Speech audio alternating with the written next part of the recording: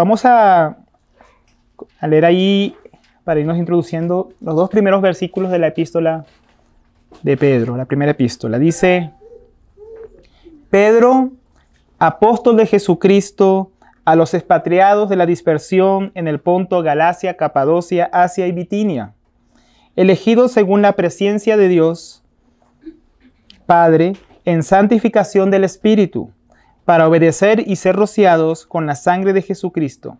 Gracia y paz os sean multiplicadas. Vamos a orar. Padre Celestial, te damos gracias por este tiempo. Gracias por la misericordia que tú nos das, Señor, de tener tu palabra, tener tu Espíritu Santo en nosotros para entenderla, tener la vida del Espíritu, tener una salvación tan grande como la que tú nos has dado, Señor, por la cual podemos acercarnos a ti y por la cual, como tu pueblo, podemos ser edificados en base a la obra de Jesucristo. Te pedimos, Señor, tú bendiga este nuevo estudio.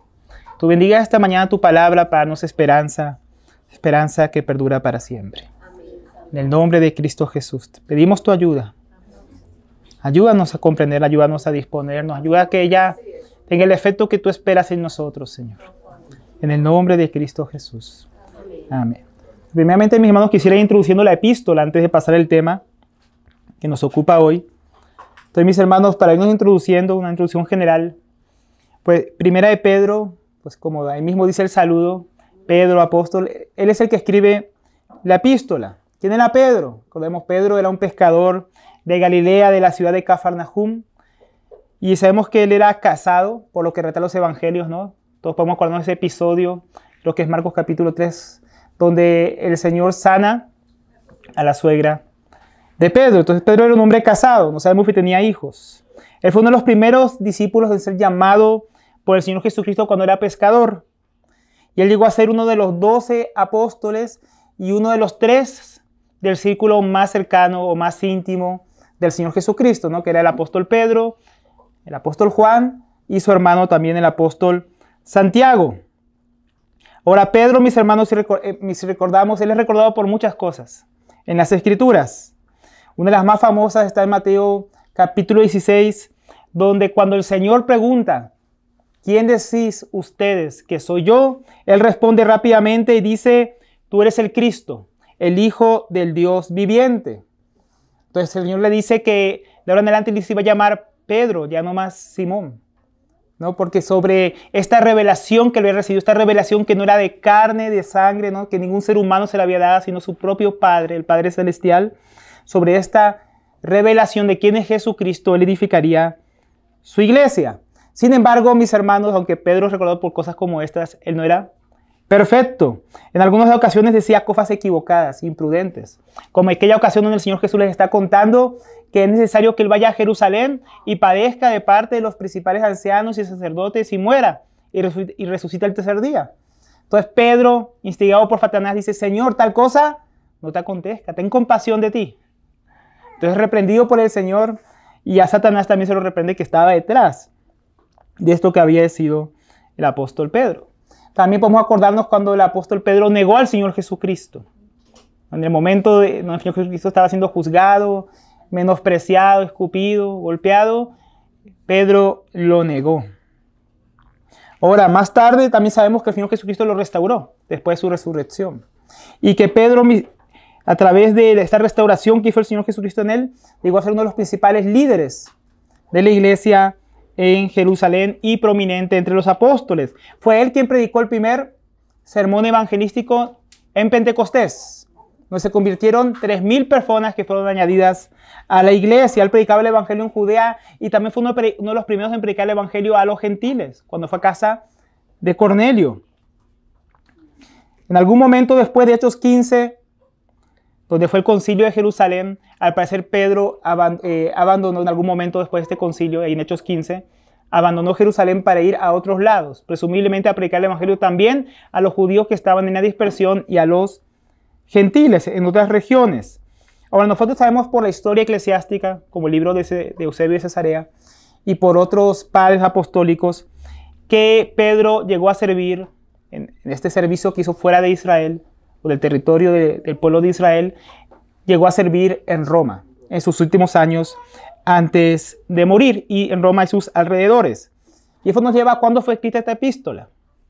Esta epístola fue escrita alrededor del año 60 o entre el año 62 y 63 después de Cristo, poco antes de su muerte. Se presume que Pedro murió en julio del año 64, poco después también del apóstol Pablo, que también fue martirizado en Roma, por la persecución que desató Herodes por causa de que el gran incendio que hubo en Roma y del cual Herodes culpó a los cristianos. Entonces primero arrestó a Pablo y luego lo mató, lo asesinó, y luego arrestó a Pedro y lo crucificó de cabeza. Ahora, mis hermanos, ya yendo a por qué fue escrita esta epístola o cómo fue escrita. Dice que, podemos decir que la escribió Pedro, pero realmente no la escribió Pedro. Porque ahí dice en el capítulo 5, versículo 12, que fue escrita por medio de Silvano, nuestro hermano fiel. O sea, sí la escribió Pedro, pero lo hizo a través de un hermano que le sirvió de secretario, de amanuense. O sea, Pedro dictaba la carta, pero como su griego no era tan bueno, y el de Silvano sí, porque Silvano era de origen, pues una mezcla, digamos, de origen judío, origen griego, o sea, tenía ambos trasfondos. Él conocía mejor el idioma, por eso cuando uno lee la epístola en griego, uno ve que era un idioma muy pulido, un griego pulido, que no era propio de Pedro. Segunda de Pedro sí la escribió Pedro y no era tan pulido como primera de Pedro. Entonces podemos decir que fue escrita por mano de Silvano, dictada por Pedro. ¿Y a quién se escribió esta epístola?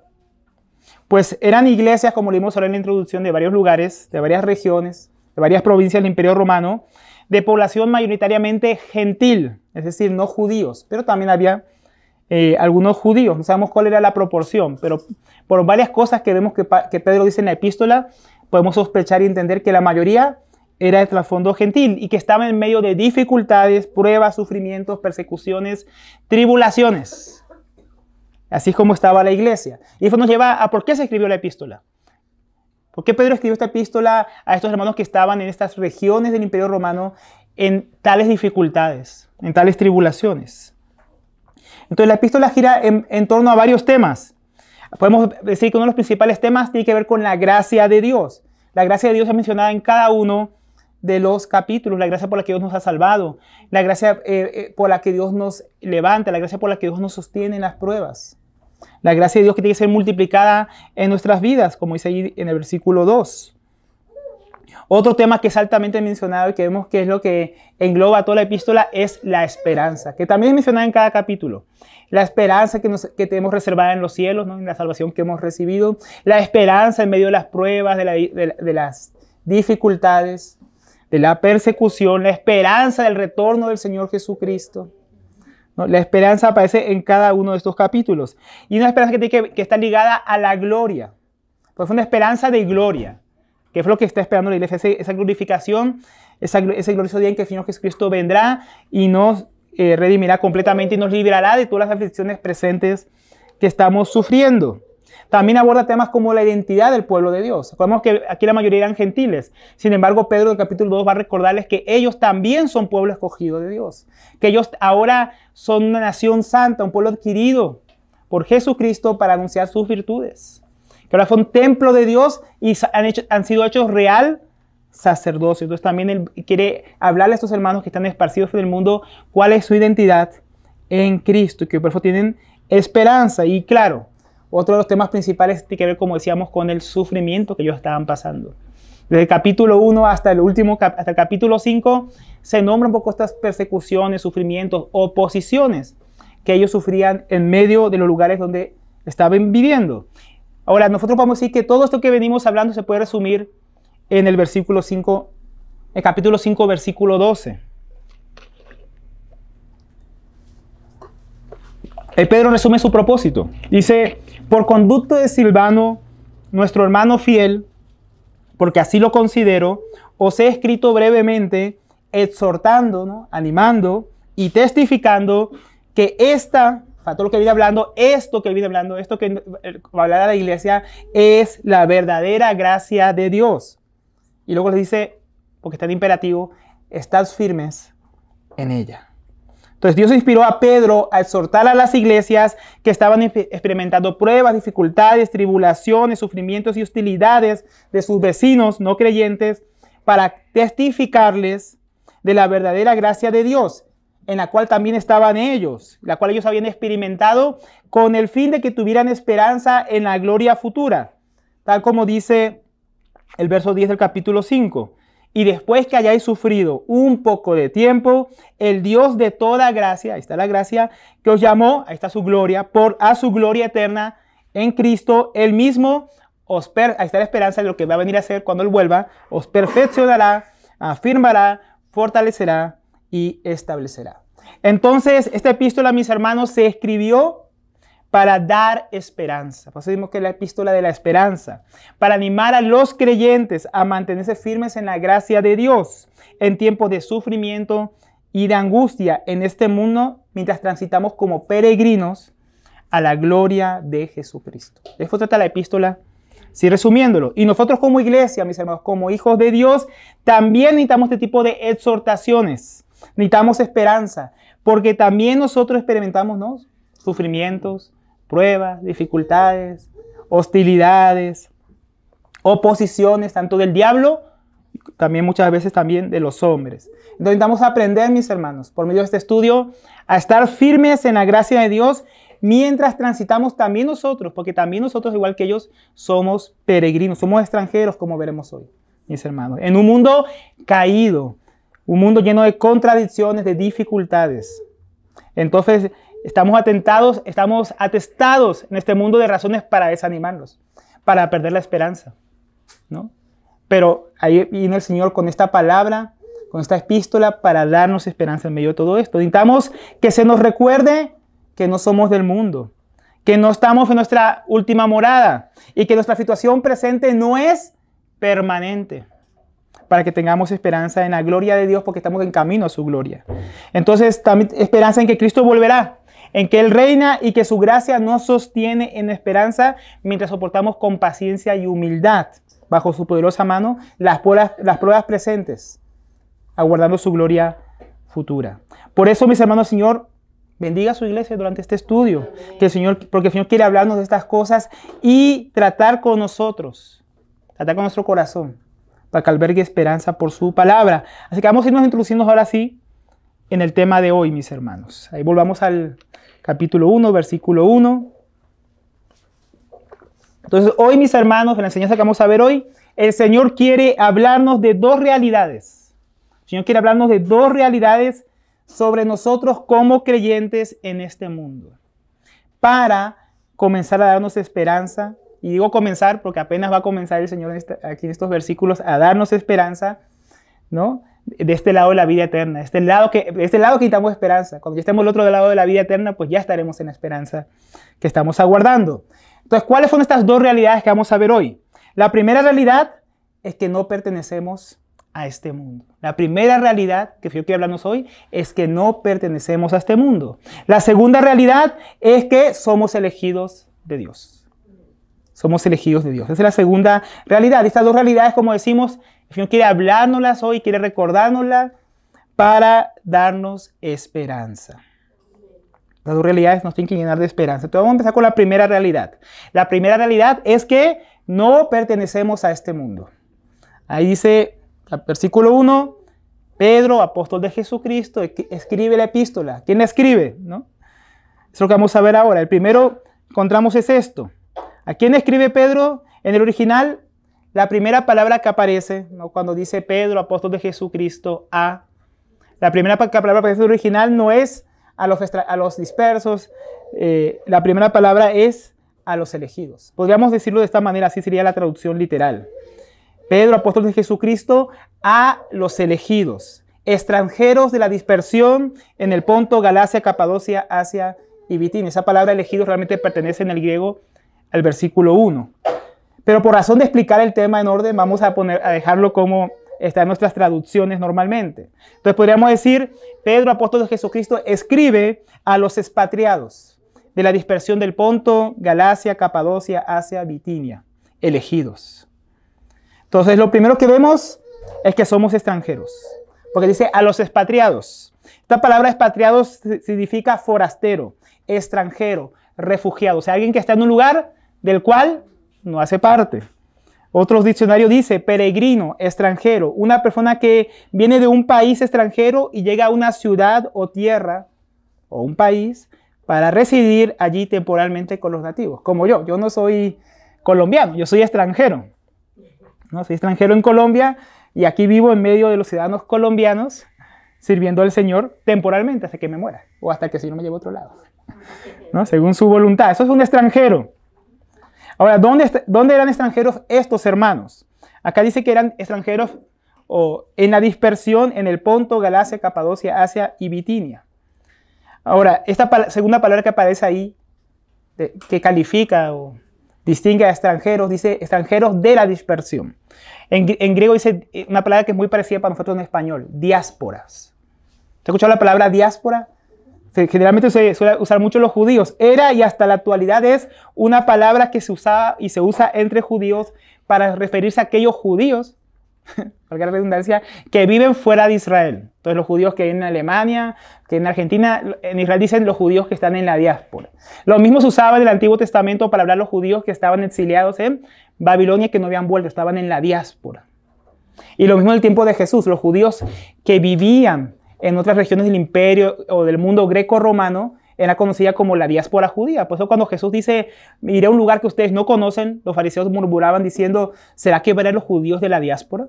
O sea, los judíos que viven entre los griegos, ¿no? Entonces lo interesante es que Pedro no está aplicando esta palabra a judíos. Como decíamos, eran iglesias mayoritariamente gentiles. Entonces no tiene mucho sentido si tomamos de esa forma la palabra para usarla a gentiles, porque ellos estaban en donde ellos vivían. Estamos hablando que él escribía a gentiles que eran oriundos, que vivían, que habían tal vez nacido, se habían criado, que eran ciudadanos, tanto de todas esas regiones que Pedro está nombrando. Y esas regiones quedaban en lo que podemos llamar en aquel tiempo Asia Menor y hoy es Turquía. Todas esas provincias romanas quedaban en Turquía. El Ponto era la provincia más lejana de las mencionadas, colindando con el Mar Negro. Ahí cerca está la guerra con Ucrania. Allí estaba cerquita el Ponto. Luego venía Galacia, que quedaba en medio de las 5 provincias mencionadas, donde Pablo y Bernabé estuvieron en la parte del sur de Galacia, comenzando su ministerio misionero, ¿no? Y fundaron las primeras iglesias cuando después de Hechos 13 ellos partieron enviados por el Espíritu Santo. Entonces también se refiere a esta parte. Luego está Capadocia, de la cual no tenemos mucha información aquí, y después Asia. Asia se refiere a la región donde Pablo había estado en Éfeso, y la región que podemos encontrar que están las 7 iglesias de Apocalipsis. Todo eso era llamado Asia. Toda esta provincia era la provincia de Asia. Y por último, Bitinia. Bitinia es la provincia más al norte de estas 5, que también colindaba con el Mar Negro en el norte. Y podemos recordar, mis hermanos, que cuando Pablo fue a su segundo viaje misionero con Silvano, que está aquí escribiendo la epístola, y con Timoteo, Dios no los deja ir a Bitinia. Ellos querían ir a Bitinia, que estaba más al norte, pero Dios no los deja, sino que Dios por medio de una visión de un varón macedonio los envía a Grecia, a Filipos. Y ahí comienza su ministerio en esta región. Eso para darnos un poco de información geográfica. Ahora, ¿por qué explicamos todo esto? Como decíamos, era para que entendamos que Pedro no está escribiendo a iglesias mayoritariamente gentiles. Esto le da otra connotación y otro significado a esta palabra expatriados. Porque, mis hermanos, ellos como creyentes, así fueran gentiles, ya no pertenecían a ese lugar. Ya no pertenecían al mundo, porque el creyente no pertenece más a este mundo. Pedro les dice a ustedes que están en el Ponto, Galacia, Capadocia, Asia y Bitinia, ustedes no son de allí, ustedes son extranjeros.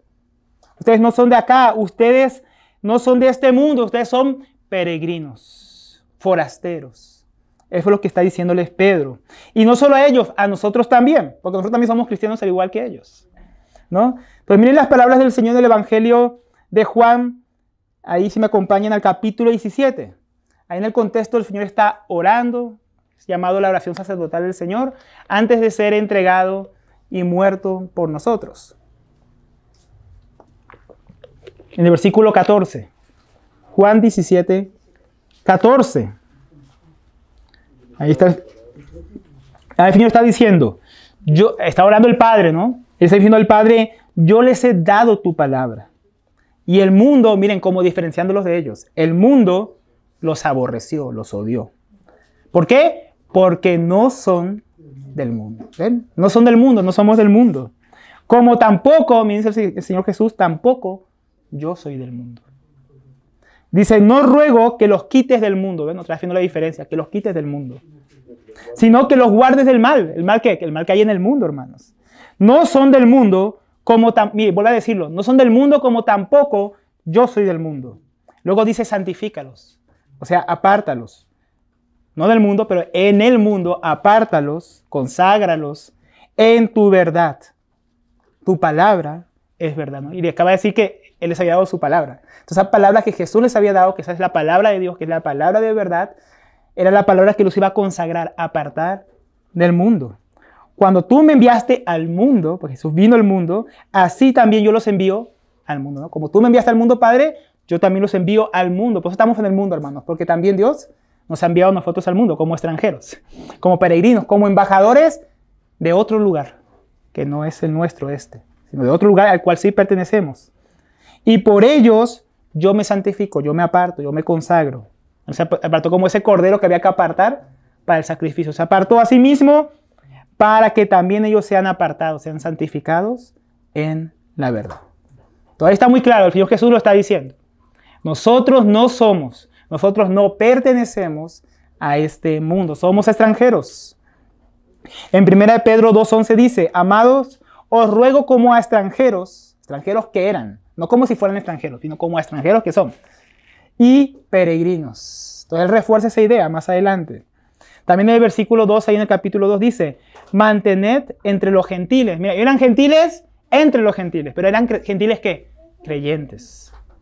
O sea, ellos estaban separados, apartados, consagrados por la verdad, por la palabra de Dios, por el evangelio que habían creído, habían sido apartados del mundo y aunque todavía estaban entre sus antiguos conciudadanos, cuando ellos pertenecían al mundo, eran ciudadanos también del mundo, aunque estaban entre ellos, Pedro hace una diferencia.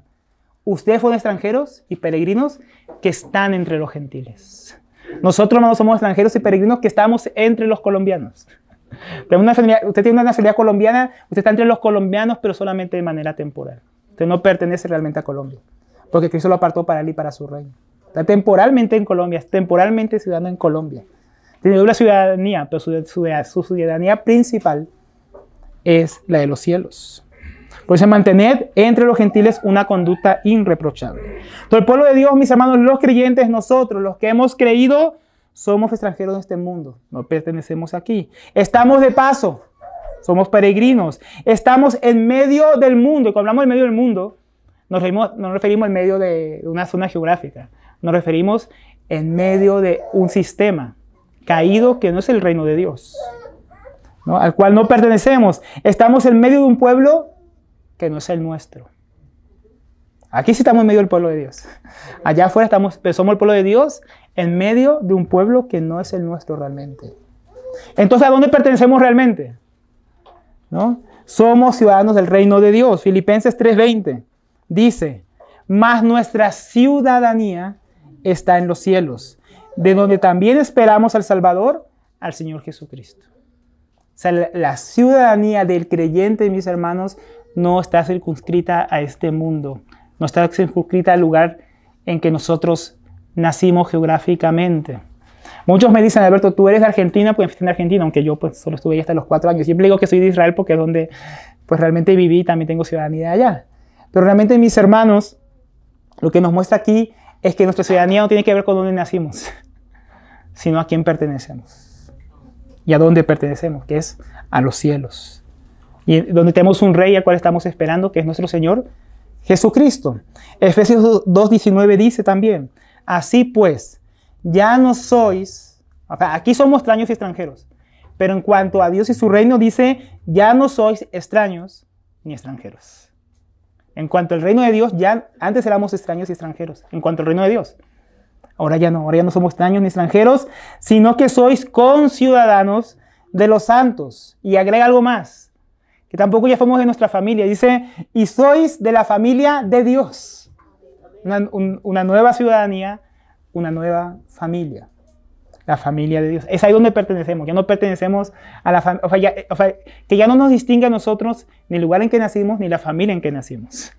Nos distingue ahora una nueva ciudadanía, la celestial, y una nueva familia, la de Dios. Aquí estamos en medio de una familia que sí es la nuestra, la familia de Dios. Entonces, y lo que está hablando aquí es un contexto tanto de judíos como gentiles. Entonces, tanto judíos como gentiles somos ahora un solo pueblo, una sola familia, ambos ciudadanos del mismo reino, por eso conciudadanos. Entonces, nuestra esperanza, mis hermanos, no debe estar puesta en este mundo. Nuestra esperanza no puede descansar en las naciones en las que vivimos. A ver si van a mejorar. ¿Será que a Colombia le va a ir mejor el próximo año? ¿Será que va a quedar como Venezuela? Yo no sé, hermano. Pero esa no es nuestra esperanza.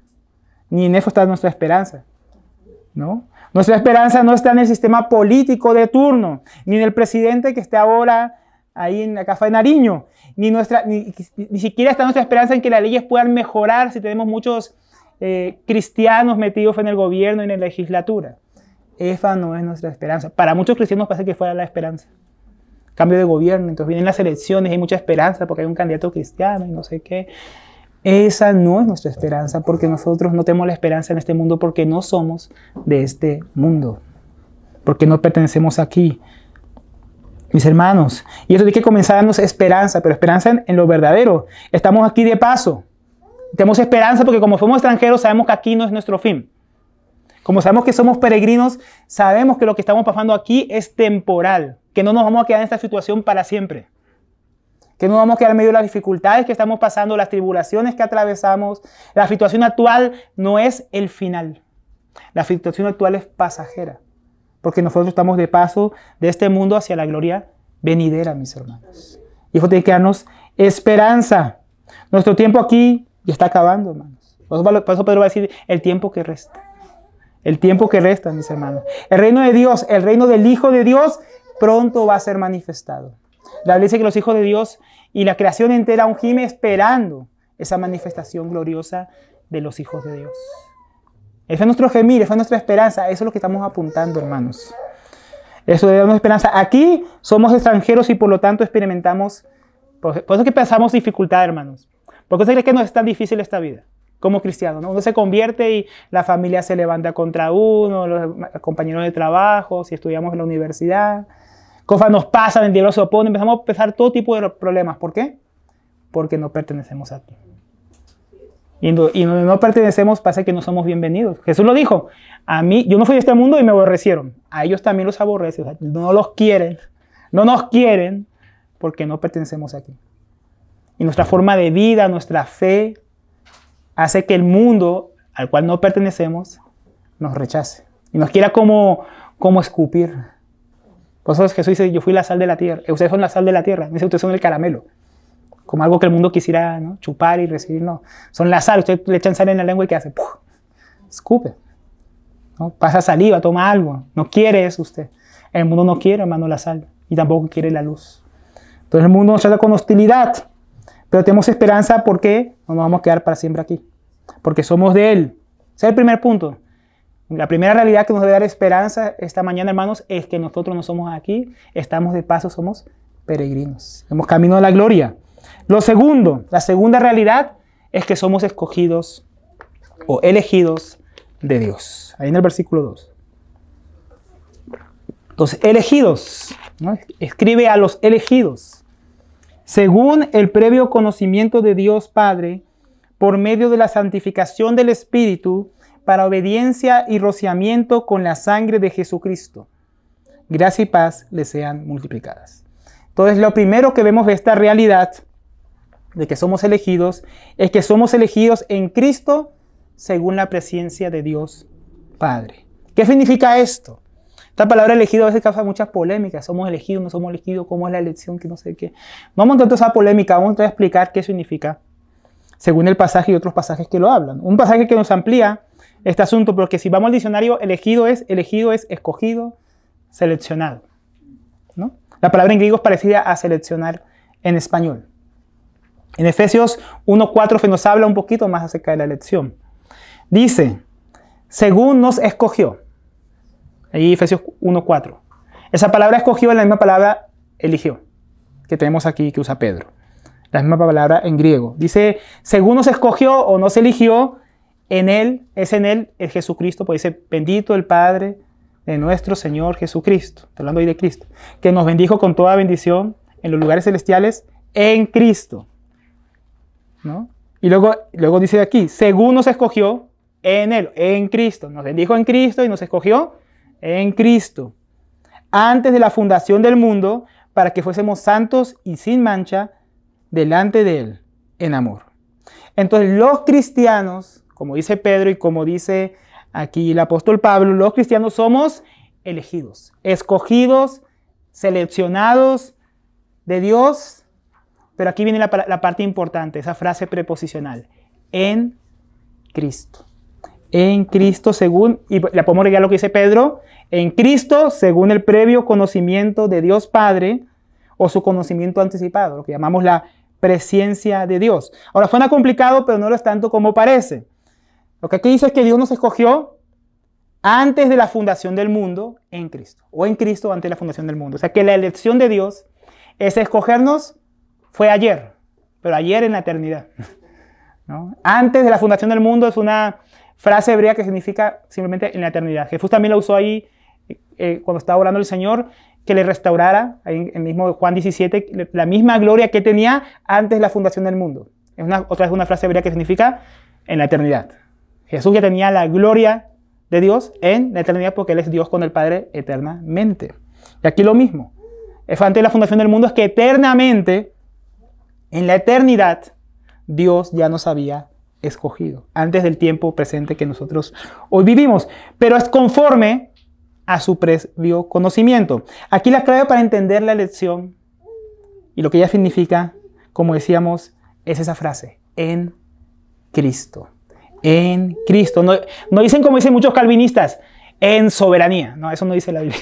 En soberanía. Porque ellos exaltan la soberanía de Dios por encima de sus demás atributos, como si todo fuera una decisión arbitraria de Dios, ¿no? Como si gira el versículo y nos escogió Dios arbitrariamente, soberanamente, antes de los siglos o en la eternidad. Eso no dice el pasaje. No, el pasaje dice en Cristo. Eso no es arbitrariedad. Es decir, que Dios no escoge de manera arbitraria. A ti sí, a ti no, a ti sí, a ti no. A ti para el infierno, a ti para el cielo.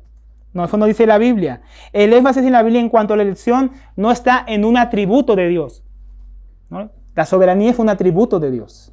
Es algo que es propio del ser de Dios. Pero aquí nos está diciendo que la elección no es basada en un atributo de Dios, sino en una persona divina. Una de las tres personas de la Trinidad. En Cristo. En la persona de Cristo. Según nos escogió en Él. Ese en Él es en Cristo. Ese en Él es en la obra de Cristo. Entonces, dado que Cristo haría una obra, ¿qué obra iba a hacer Cristo? Desde la eternidad estaba planeada. Entregarse voluntariamente como sacrificio para perdón de nuestros pecados, para que a través de la gracia de Dios, por medio de la fe, llegáramos a ser hijos de Dios. Esa es la obra de Dios. Cuando le preguntaron a Jesús ahí en el capítulo 6 de Juan, ¿cuál es la obra de Dios que hay que hacer para salvarnos? La obra de Dios es que creáis en aquel que Él envió, en Jesucristo. Esa es la obra de Dios. Esa es la obra eterna de Dios en Jesucristo. Entonces, por causa de que Jesucristo es eterno, no tiene que esperar a que nosotros naciéramos para ya estar Él preparado ante la fundación del mundo para hacer esa obra, ese sacrificio. Porque Dios trasciende el tiempo. Dios no tiene pasado, presente y futuro. Dios vive en un eterno presente. Para Él lo que va a pasar ya pasó. Para Él, para nosotros no. Nosotros experimentamos el tiempo. Dios está en la eternidad, fuera del tiempo. El tiempo no transcurre para Él. Entonces, esa obra de Cristo nos alcanza a nosotros en la eternidad, antes que nosotros estuviéramos. Por favor, pudo escoger en Cristo ya en la eternidad, antes que nosotros estuviéramos, porque Cristo sí estaba. Y fue en Él, que ya estaba en la eternidad, que fuimos escogidos, como si ya estuviéramos en Él. Y es donde entra esa frase, según el previo conocimiento de Dios. Él ya sabía que íbamos a estar en Cristo, en la obra de Cristo, por la fe, por gracia. Y ya lo sabía en su presencia, en su conocimiento anticipado. Por eso ya podía escoger en Cristo antes de que estuviéramos ya en el tiempo en Él. Ya podía escoger el Padre a aquellos que iban a ser sus elegidos en Cristo, viendo quién iba a recibir, quién iba a hacer ese fruto de esa obra que Él iba a hacer. ¿Cuál es esa obra de salvación? Iba a llevar a muchos a creer. Y eso seremos nosotros los que hemos creído. Entonces nosotros somos frutos de la obra de Cristo. Por eso no es nuestra obra. Porque algunos dicen, no, eso no es cierto porque entonces salvación por obras, porque Dios vio el futuro para saber quién se iba a... No, eso no es.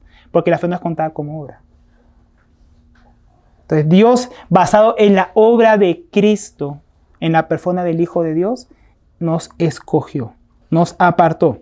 Entonces, entendiendo esto, podemos afirmar varias verdades que no se contradicen. Primero, que Dios elige, Dios escoge en Cristo, en su obra, a favor de los pecadores. Obra que conoció de antemano, como también conoció a aquellos que por fe en esa obra recibirían redención.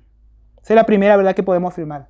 Dios escoge basado en su obra. Segundo, Dios ofrece salvación por gracia a través de la fe en la obra de Cristo a todos los hombres. Dios no ofrece salvación solamente a algunos. Dios ofrece salvación a todos los hombres. Y eso nos lleva a que el hombre es responsable de responder a la oferta de gracia de Dios a través de la fe en Jesucristo. Y si eso es cierto, también el hombre es condenado al rechazar el evangelio. Y eso es debido a su rebeldía. No es que Dios escogió que fuera perdido. A su rebeldía contra Dios. Y no porque Dios lo eligió para ser condenado. Entonces el hombre es responsable. Y también podemos afirmar que sí, Dios es soberano. Porque Él decidió. ¿Cómo? Él proveyó el medio. Ejecutó en el tiempo preciso su obra, enviando a su Hijo, ¿no? Como el único medio, como la única obra por medio de la cual los hombres pueden salvarse. Entonces, si Dios es soberano en la salvación, porque si no enviaba a Cristo, no hay forma de ser escogidos. Si Cristo no moría, no hay elección. Por eso no es basado en soberanía, es basado en Cristo, en su persona, en su obra. Y Él, después de hacer toda esa obra, también envió a proclamar esa obra de gracia por medio de la predicación del evangelio a todas las naciones, para que todo el que en Él crea sea salvo, sea escogido, ¿no? Sea redimido, ¿no? Entonces no es tan difícil entender esto. Somos elegidos en Cristo por causa de Cristo, por causa de su obra, por gracia, por medio de la fe en Él. O sea que todo es en Cristo. No hay salvación fuera de Cristo, ¿no? La elección es en Cristo, la obra de gracia y de salvación es en Cristo y la fe es en Cristo. Todo queda cerrado en el Hijo de Dios, ¿no? En su persona. Entonces, estamos en el mundo como extranjeros, pero somos elegidos de Dios, del Padre, que nos conoció de antemano. Qué tremendo eso, que Dios ya nos conocía, hermanos. Y ahora nos esperanza que somos conocidos, porque no somos extranjeros allá abandonados en otro país que nadie nos conoce y Dios no sabe qué será de nosotros. Dios ya sabe nuestro pasado, conoce nuestro presente y también ve ya nuestro futuro, hermanos. Y ese futuro, ese pasado y ese presente está en una persona que es el Hijo de Dios. Entonces, toda nuestra vida, los sufrimientos que hemos experimentado, que podemos estar pasando ahora en este momento, que pasaremos más adelante, Dios ya los conoce. Dios ya lo sabe, mis hermanos. Y Dios no está preocupado, y eso ya da tranquilidad a nosotros. Dios no está preocupado porque nos espera, ya conoce todas las cosas, tiene un previo conocimiento de todo. Y Dios, mis hermanos, nos da tranquilidad a decirnos, yo ya los escogí, tranquilos. Son escogidos míos, no tienen que preocuparse por el futuro. Y eso es precisamente lo que nos habla Romanos capítulo 8, versículo 28 en adelante. Dice que sabemos que los que aman a Dios, o para los que aman a Dios, todas las cosas cooperan para bien. O sea, Dios ya sabe que todo lo que va a pasar en nuestra vida, para los que lo amamos, o sea, para los que somos sus escogidos, obra para bien. Esto es para todos los que son llamados conforme a su propósito. O sea, ese que nos vaya bien no es que me vaya bien conforme a lo que yo pienso que es que me vaya bien. Ese irnos bien incluye tribulaciones, persecuciones, situaciones que cooperan para bien a aquellos que hemos sido llamados por la gracia de Dios a través del Evangelio de Jesucristo conforme a un propósito que Dios tiene. Y ese propósito, dice el versículo 29, es porque a los que de antemano conoció, ahí está, previo conocimiento de Dios,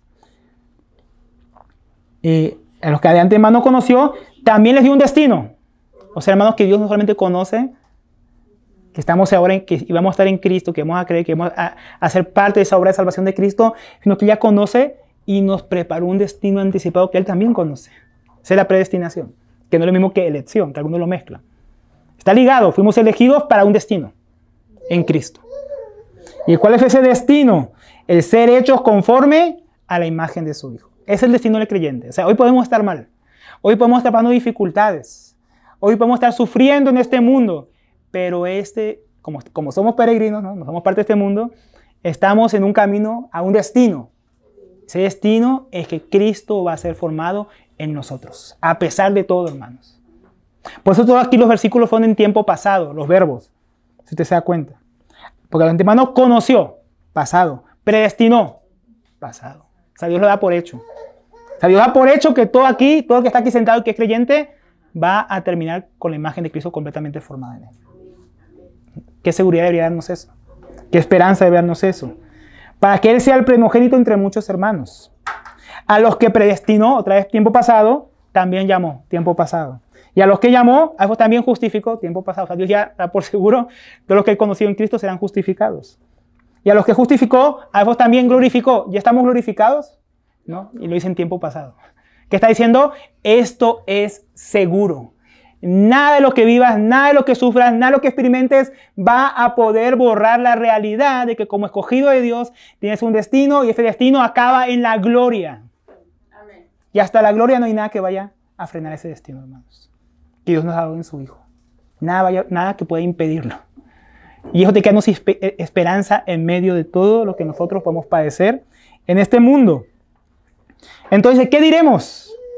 Si Dios está con nosotros y somos sus escogidos, ¿quién está contra nosotros? El que no eximió ni a su propio Hijo, sino que lo entregó por nosotros, ¿cómo no nos concederá también todas las cosas con Él? ¿Quién acusará? Y aquí otra vez la palabra, los escogidos de Dios. ¿Quién va a poder acusarnos? A los escogidos de Dios. Dios es el que justifica a esos escogidos. ¿Quién es el que condena? Cristo Jesús es el que murió, sí, y aún el que resucitó, el que además está a la diestra de Dios y que también intercede por nosotros. Él intercede por aquellos que escogió y salvó en Cristo. ¿Quién nos separará del amor de Cristo? ¿Quién puede separar a aquellos que Dios ha escogido en Cristo de Él? ¿Quién? Ni tribulación, ahí están los problemas que podemos experimentar en este mundo, o angustia, o persecución, o hambre, o desnudez, o peligro, o espada, o cualquier cosa que usted esté pasando. Cualquier cosa que usted esté pasando en este momento. Nada podrá separarlo de Dios, porque como dijimos, se va a cumplir esa glorificación. Como está escrito, por causa tuya somos puestos a muerte todo el tiempo. Somos considerados como ovejas para el matadero. Pero en todas esas cosas somos más que vencedores por medio de aquel que nos amó. Y ese amor también está en pasado. O sea, Dios nos amó desde la eternidad, conociéndonos en Cristo.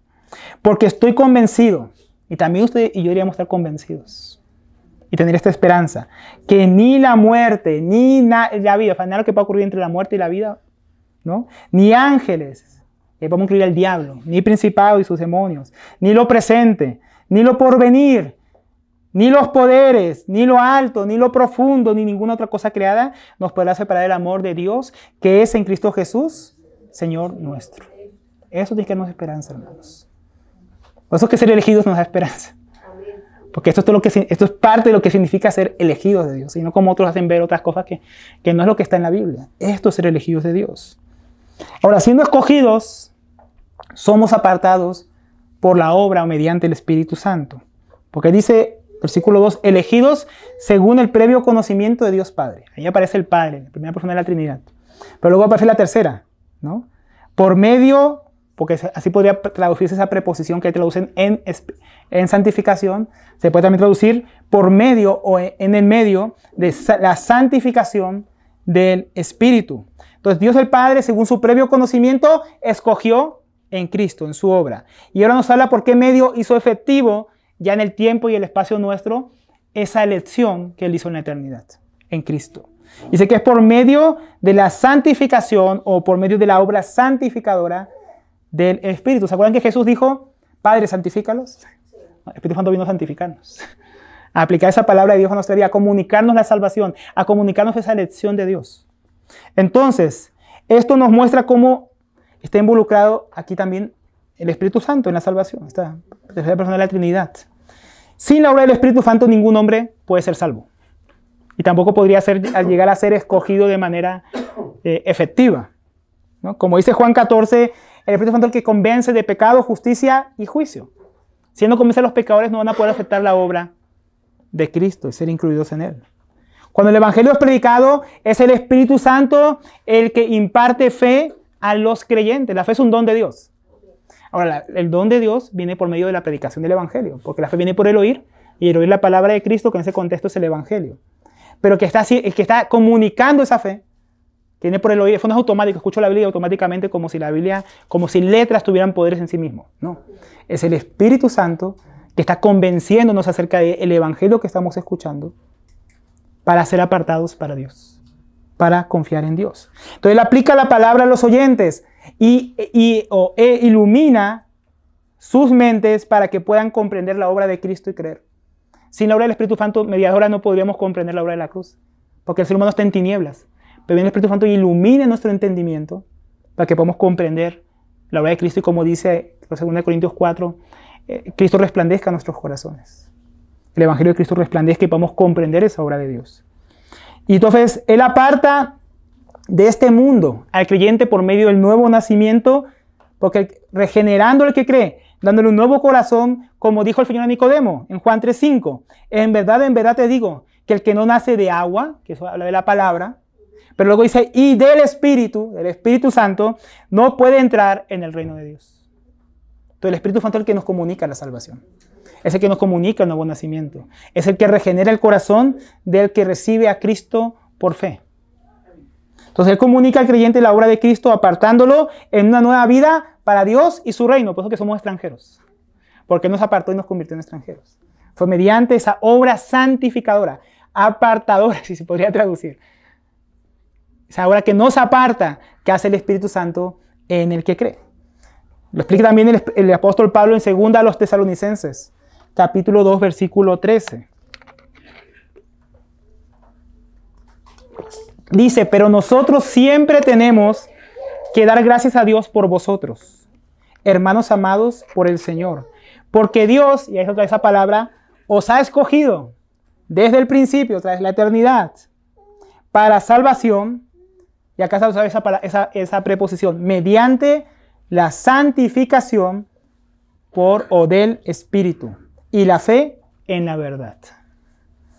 Entonces, cuando tuvimos fe en la verdad, el Espíritu Santo hizo una obra santificadora, apartándonos para Dios desde el principio. Qué tremendo, ¿no? Así que somos elegidos por el Padre en presciencia y somos elegidos en santificación, apartados para Dios por la obra del Espíritu Santo. Ahora, hermanos, esta es una realidad también en cuanto a nuestra elección en Cristo, de todos nosotros, no solamente de los que estamos leyendo aquí. Hemos sido apartados por el Espíritu Santo. Pertenecemos a Dios. Y esa obra del Espíritu Santo santificadora no se acabó con simplemente hacernos hijos de Dios. Esa obra del Espíritu Santo santificadora inició nuestra vida en Cristo y perdura a lo largo de nuestra vida en Cristo. Estamos en un proceso de santificación. Fue lo que leíamos, que todo obra para bien, ¿no? Para ese destino que es ser conformado a la imagen del Hijo de Dios. Y esa obra de ser transformados a la imagen del Hijo de Dios es lo que nosotros llamamos santificación. Y es lo que está haciendo el Espíritu Santo en nosotros. Él nos está apartando cada día más. Está apartando nuestros afectos de este mundo.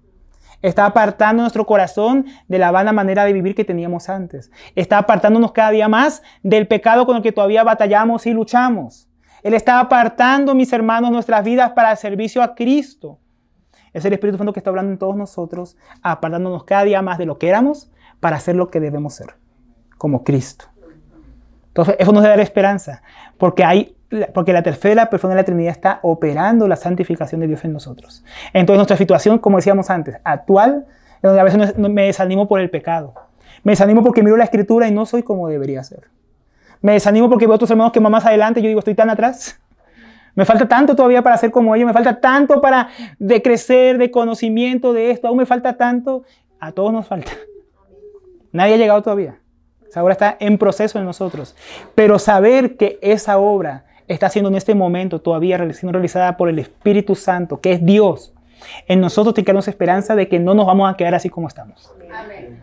No me voy a quedar con ese mal genio que tengo, con esas cosas que quiero cambiar en mi vida, con esos pecados con los que todavía lucho. No va a ser para siempre. Hay esperanza. Dios está obrando en nosotros por medio del Espíritu Santo. Como dice Ezequiel 36:24, hablando de esta promesa que tenemos. Dice, porque os tomaré las naciones, ¿ven? Extranjeros. Os tomaré las naciones, ustedes no son de allá. Os recogeré todas las tierras y os llevaré a vuestra propia tierra. El Señor un día va a venir a buscarnos, llevando a la patria celestial, a nuestra verdadera tierra. Entonces os rociaré con agua limpia y quedaréis limpios de todas vuestras inmundicias, y de todos vuestros ídolos os limpiaré. Y además os daré un corazón nuevo y pondré un espíritu nuevo dentro de ustedes. Quitaré de vuestra carne el corazón de piedra y os daré un corazón de carne. Entonces aquí está hablando del nuevo nacimiento, o sea, regeneración. Pondré dentro de vosotros no un espíritu, mi espíritu, el Espíritu Santo. Y haré que andéis, esa es la santificación, en mis estatutos, y que cumpláis cuidadosamente mis mandamientos. Esa es la santificación, prometida por Dios, que nosotros estamos disfrutando hoy en día, que Dios está haciéndonos partícipe de ella por habernos escogido, mediante esa santificación, para ser santificados. Entonces Dios nos da esperanza porque el Espíritu Santo nos está apartando, santificando para Dios, y Él acabará la obra que comenzó, como cantábamos. Él va a acabar la obra que comenzó en nosotros. Y siendo elegidos, hay otro asunto con el que nos anima el Señor, es que ahora pertenecemos a Cristo. Porque dice luego, para obediencia y rociamiento con la sangre de Jesucristo. Es una traducción literal. Entonces somos elegidos por Dios mediante la obra santificadora del Espíritu Santo. Y siguiendo siendo santificados por el Espíritu Santo, es decir, que somos elegidos y separados para un propósito. Pero ese propósito es una persona. Otra vez. Es Jesucristo. Entonces, para obediencia a Jesucristo, el cristiano no pertenece a este mundo. Pertenece a Cristo. Ha sido elegido y apartado para obedecer ya no a su carne, ya no a sí mismo, ya no al diablo, ya no al mundo, ya no a sus deseos, no a la corriente que operan los hijos de desobediencia, sino para obedecer a Jesucristo. También dice que han sido consagrados, apartados, porque dice, y rociamiento con la sangre de Jesucristo. Yo, hermano, nunca había entendido esa frase. Porque, bueno, yo sé que en la Reina Valera dice para ser rociados. Entonces uno lo asocia con algunas cosas, pero cuando uno ve el contexto, lo que aquí está diciendo Pedro es evocar algunas cosas del Antiguo Testamento, que eran propias del pueblo de Israel, y aplicarlas a estos creyentes gentiles. Y tiene bastante que ver con el capítulo 24 de Éxodo, versículo 7. Ahí está el contexto que está estableciendo el pacto mosaico con el pueblo de Israel, tabernáculo y todas las leyes de Dios. Y ahí se dice en el versículo 7, luego Moisés, ¿no?, tomó el libro del pacto. Nos había escrito todos los mandamientos de Dios, todo lo que, digamos, todo Éxodo, Números, Deuteronomio, Levítico, todo eso ahí escrito, digamos, y lo llevó a oídos del pueblo. Y ellos dijeron, todo lo que el Señor ha dicho haremos y obedeceremos. Entonces Moisés tomó la sangre, y ahí está la sangre, porque han sido rociados con la sangre de Cristo, para rociamiento con la sangre de Cristo, tomó la sangre y la roció sobre el pueblo.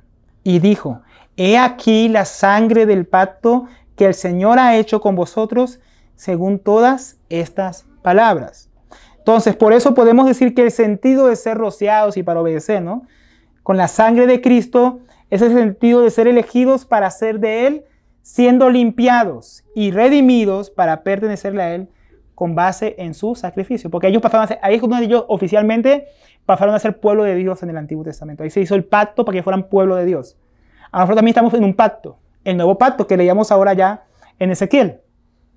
Ese nuevo pacto incluye el Espíritu Santo en nosotros, pero también incluye ser apartados. Y ese apartados no fue por la obra del Espíritu Santo, porque el Espíritu Santo pudo apartarnos, ¿por qué? Por causa del sacrificio de Cristo. Eso es la sangre de Cristo. La sangre de Cristo no es sangre literal, como ahí que rociaron sobre ellos, o como el que ora, cubro con la sangre de Cristo. No, eso es brujería, ¿no? ¿Qué es eso? ¿Qué es la sangre de Cristo? Es el sacrificio de Cristo.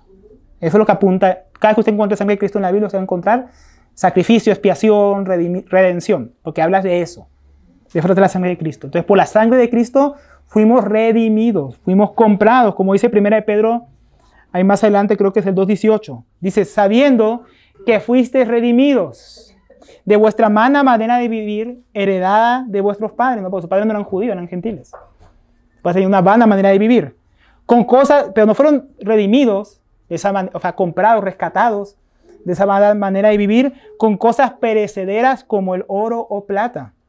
Eso no fue el precio que se pagó por nosotros. Dice, sino con sangre preciosa. Ahí está la sangre. Como de un cordero sin tacha y sin mancha. La sangre de Cristo. Entonces ahí vemos que Pedro mismo da la interpretación de esa figura. De haber sido apartados para la obediencia, porque ¿qué hizo el pueblo de Israel? Fue apartado para obedecer la ley de Dios, que vimos allí en Éxodo. ¿Y cómo fue? Con la sangre, en el caso de un cordero, acá dice con la sangre de Cristo. Fuimos apartados para Cristo, para obedecer a Cristo su palabra. Pues acuérdense, santifícalos en tu verdad, tu palabra es verdad. Entonces nos lleva otra vez ahí. Tu palabra es verdad, y ese apartarnos en esa palabra de verdad fue a través de la sangre de Cristo. Por eso Cristo dijo, yo me santifico a mí mismo, yo me aparto, yo voy a ser ese cordero que va a dar la sangre para el nuevo pacto, para que ellos sean apartados, para obedecer el nuevo pacto por medio de mi sangre. Entonces la obediencia y rociamiento están apuntando al perdón de nuestros pecados y ser hechos suyos, ser hechos y constituidos pueblos suyos, ser hechos ahora extranjeros en este mundo y ciudadanos de los cielos. Entonces, siendo elegidos, fuimos adquiridos por Cristo. Él pagó el precio de nuestra redención, de nuestra elección. Entonces, aplicando ya esto a nosotros, esto tiene que darnos esperanza continua. Cristo derramó su propia sangre para hacernos suyos. O sea, hermanos, nosotros fuimos elegidos, redimidos, apartados, no de cualquier manera.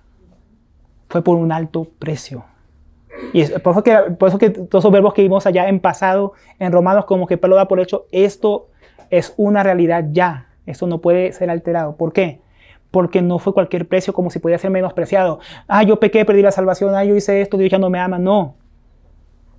Es que no es cualquier cosa, es la sangre de Cristo. Es demasiado valiosa, más valiosa que cualquier pecado que pudiéramos cometer. Más valiosa que cualquier cosa que pudiéramos padecer y que nos pueda supuestamente apartar de Dios. Por eso es que nada podrá apartarnos del amor de Dios en Cristo Jesús. Nada. ¿Por qué? Porque Cristo derramó su propia sangre y su sangre sigue vigente.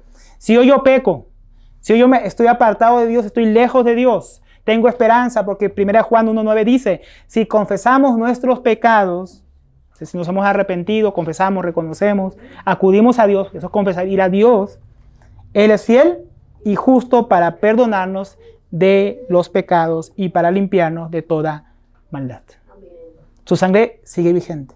Su sangre nos da esperanza el día que creímos y nos da esperanza también hoy para el presente y nos da sangre esperanza para el futuro, porque somos suyos y por tanto Él vendrá por nosotros. Él dijo, yo iré y les prepararé morada y cuando iré preparado morada volveré y os tomaré a mí para que estén siempre conmigo. Y tenemos seguridad porque Él pagó por eso. Él dio su sangre por eso. Él nos compró. No hay nada en este mundo que nos pueda apartar de Él, porque le pertenecemos ahora para siempre. No podemos perder la salvación, no podemos perder la elección, no podemos perder ser apartados para Él, no podemos perder ese destino para el cual Él nos ha salvado. Podemos descansar en la confianza que somos de Él y que Él no nos va a abandonar, no nos va a dejar. Toda la Trinidad está involucrada, como vimos. Somos elegidos según el previo conocimiento de Dios Padre, adquiridos por Cristo que derramó su sangre para que fuéramos de Él. Y el Espíritu Santo nos apartó para Él y nos santifica en Él. Toda la Trinidad está involucrada. Está diciendo, tenemos esperanza porque Dios, todas las personas de la Trinidad, Dios entero, está en este asunto. Este asunto de la redención, de la salvación, de la santificación y de la glorificación. Entonces ya para ir concluyendo, hoy el Señor nos ha enseñado dos realidades que nos animan en medio de nuestro peregrinaje en el mundo. La primera que vimos, ¿cuál es? La primera realidad es que no pertenecemos a este mundo. Y la segunda, que somos escogidos de Dios. Son dos realidades para darnos esperanza. Estas dos realidades tienen que darnos esperanza. Así también termina el apóstol Pedro esta introducción diciendo, gracia y paz les sean multiplicadas.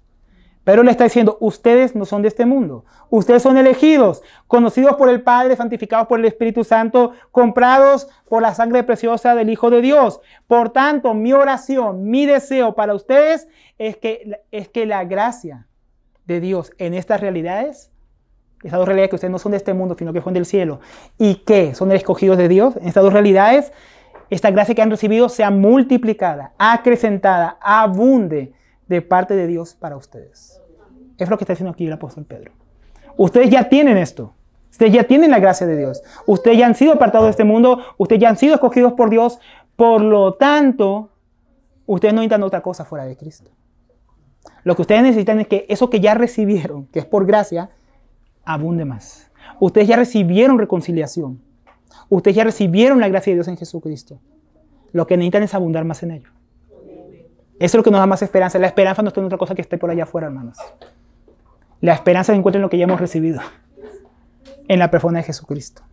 en esa nueva ciudadanía, en esa elección y todo lo que vimos que ella conlleva. Ella debe ser nuestra esperanza en este mundo. Lo que necesitamos mientras estamos en este mundo es abundar más en ello, en la gracia y paz que ya tenemos de Jesucristo. ¿Sufres? ¿Qué necesitas? Abundar más en la gracia y en la paz de Jesucristo. ¿Pasas tribulaciones? ¿Qué necesitas? Más de la gracia y la paz de Jesucristo. ¿Estás sin esperanza hoy aquí sentado? ¿Qué necesitas para crecer en esa esperanza? Para renovarla. Más de la gracia y paz que Dios ya te ha dado en Jesucristo. Aquellos que son perseguidos por causa de Dios, ¿qué necesitan para tolerar y pasar sus sufrimientos? La gracia y la paz que sobrepasa todo entendimiento y toda circunstancia en Jesucristo. Lo que necesitamos, mis hermanos, entender hoy, salir aquí entendiendo, es que necesitamos crecer más, abundar más en algo que ya tenemos. La gracia y la paz de Dios es nuestra esperanza. La que ya tenemos en el Hijo de Dios. Que Dios nos ayude, mis hermanos, a entender estas dos realidades para crecer en la esperanza de Dios. Vamos a orar.